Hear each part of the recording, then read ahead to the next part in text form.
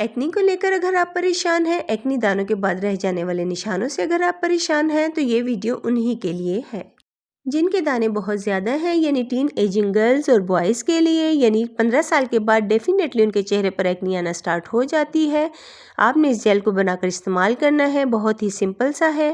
Welcome back my channel guys, मैं हूँ मरियम और उम्मीद करती हूँ आप सब लोग खैरियत से होंगे और बहुत खुश होंगे, अपना बहुत सा ख्याल रख रहे होंगे। अच्छा, तो सबसे पहले आपने लेना है 2 टेबलस्पून एलोवेरा जेल।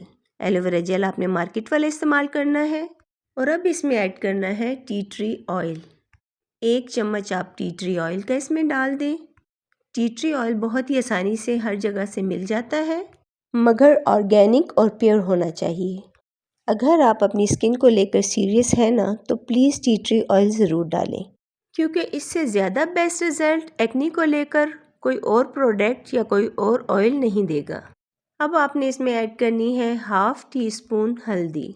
सिर्फ 3 चीज़ें मिक्स कर लें, अच्छे से मिक्स करें और क्रीम बना लें और क्रीम बनाकर इस्तेमाल करें। डेली रात को सोने से पहले पूरे चेहरे पर लगाएं। बहुत ही कमाल के रिजल्ट्स हैं। आपके एक्नी दाने, एक्नी पिंपल्स के बाद जो निशान आ जाते हैं वो भी आहिस्ता आहिस्ता ख़त्म हो जाएंगे और स्किन ग्लो भी करेगी। एक बार आप इसे बनाकर रख लें, आप इसे स्टोर भी कर सकते हैं और रोज़ाना रात को सोने से पहले अपने फेस को अच्छे से वॉश करें और इस जेल को अप्लाई करें। अच्छे रिजल्ट्स हासिल करने के लिए आप इसको रेगुलर अप्लाई करें।